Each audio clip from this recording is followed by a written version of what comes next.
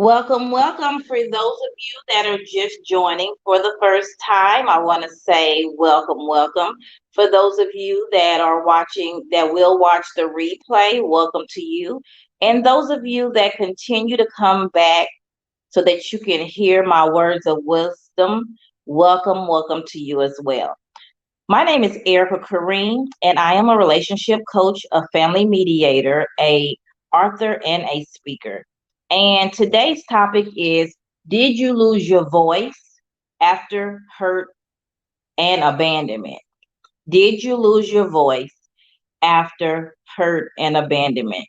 Before I became a relationship coach, I would always wonder, why do people go back into the people's childhood? Like, why does therapists go all the way back to the childhood? Like, what difference does that make? Right? So why do we need to go back that far? But the truth of the matter is that we do. We have to go back to your childhood because as a child, some of us was taught, some of our parents was taught, children are to be seen and not heard. Well, when you do that for years and years and years and years and years, then guess what? That is something that people adopt. And then they absolutely don't have a voice, right?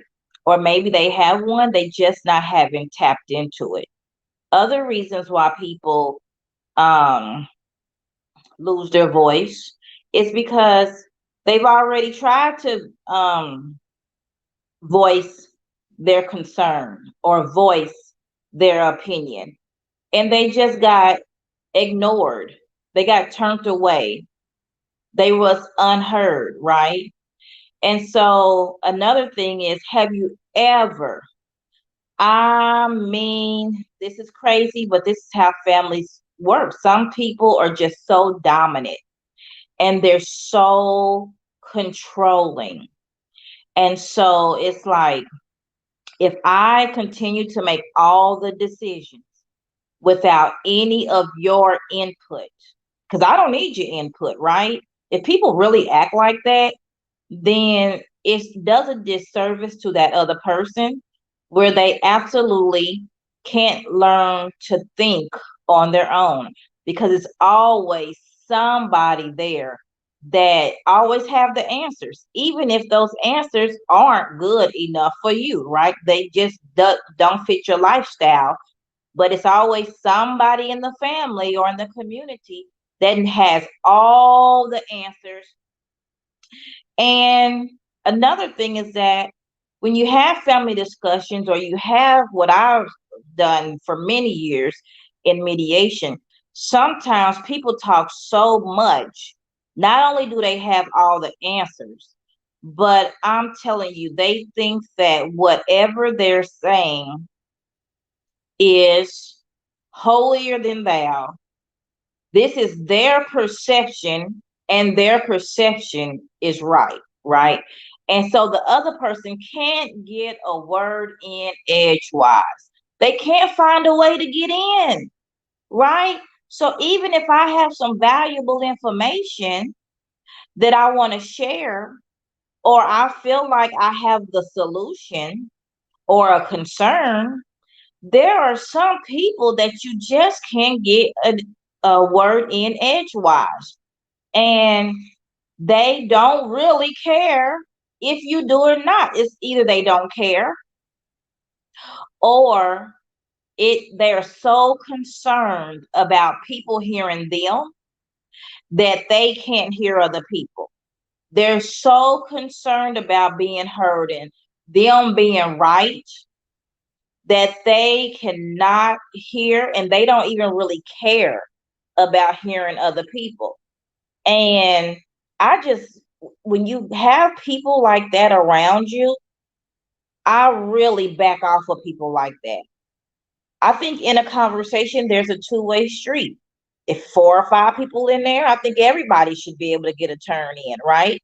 I may not agree with what you're saying, but I definitely believe in at least hearing you out, right? So Another thing is that when a person loses their voice after being controlled for so long, then as we get adults, we always pick up the phone to call our favorite person or our confidant or somebody that we think we can trust, right? And we ask their opinion over you will ask their opinion over your life. And sometimes that may be helpful, but sometimes it may be detrimental because they don't have the right tools or the proper understanding to really help you in your life, right? With your situations. Even though that people really want to basically look out for you and they think that they have all the solutions, or you think that they have all the solutions, right? What happens is that everybody has different perspectives, everybody have different intents. God has made us with different purposes, right? Hold on one second.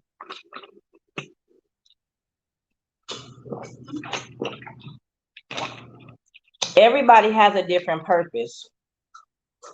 And so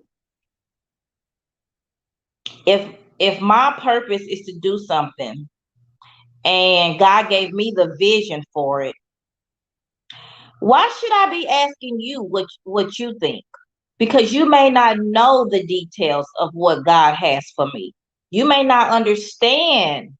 You may not even be concerned. You're going to give me your best answer. And with so many opportunities in the world, you may just allow me to miss the boat, miss the opportunity because I was so much confide in you and worrying about what you think my life should look like, right? Well, that just don't fly when you get an adult, because at the end of the day, you have to make your own decisions. Now, why do people do that, right? Why do people go and look for other people to help them decide on what their results should be or their outcome should be? Well, it's because one of the things is in your mindset, you're disappointed with yourself. And you feel like, you know what, I made these bad choices before. I'm not really sure, 100% sure, if I can make good choices for my life, right? So number one is you may feel disappointed with yourself. Number two is you may feel like a failure. You didn't try and you didn't try and you didn't try and you keep trying.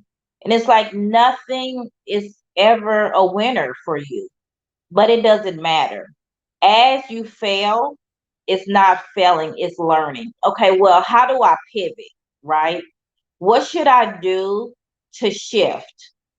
It's not a failure. It is just learning experiences that you have to go through before maybe you take off. Another thing is that I really believe that everybody is here for a purpose. And maybe you just are not tapping into what God really wants for you. So that's why you fail and you try, you get back up, you fail. And it's like you're not listening to the messenger. You're not listening to the message. You're not listening to the stillness, or maybe you're not even being still.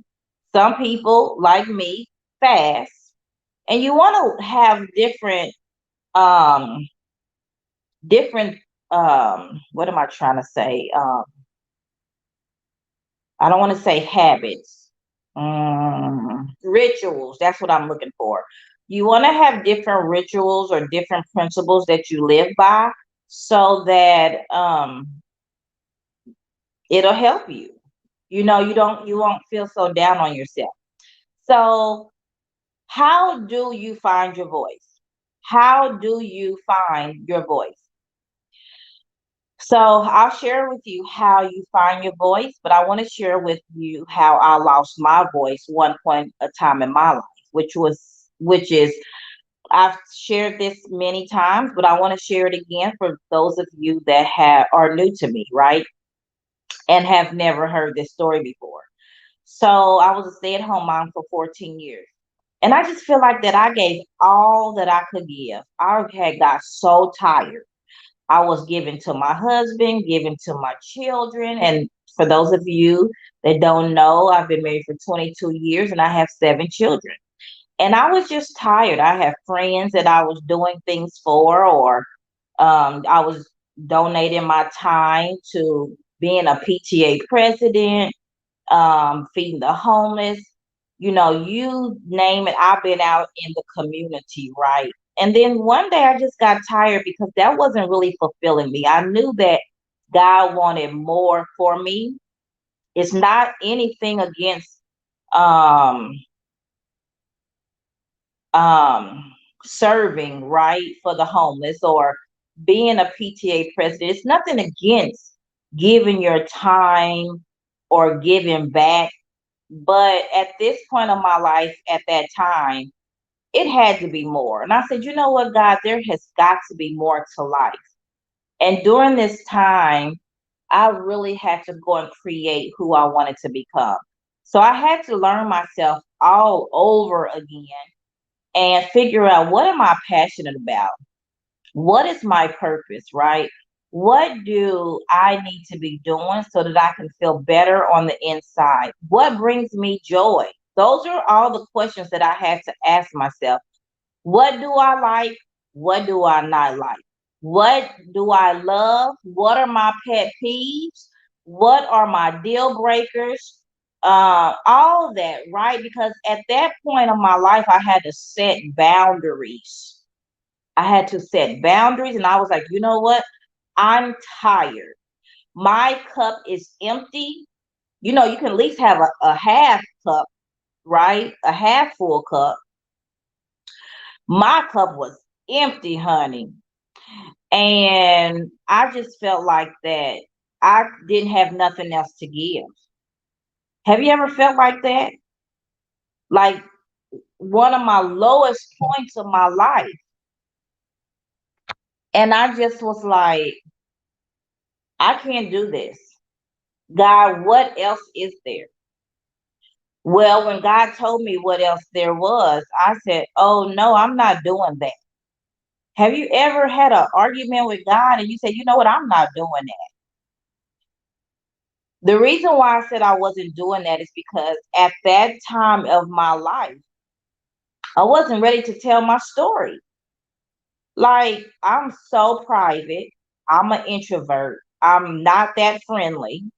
Those are my characteristics, right? So I'm when I am a loner, which means that I love to be around people, but I love to be around people when I'm ready to be around people, right? I keep my circle small, and so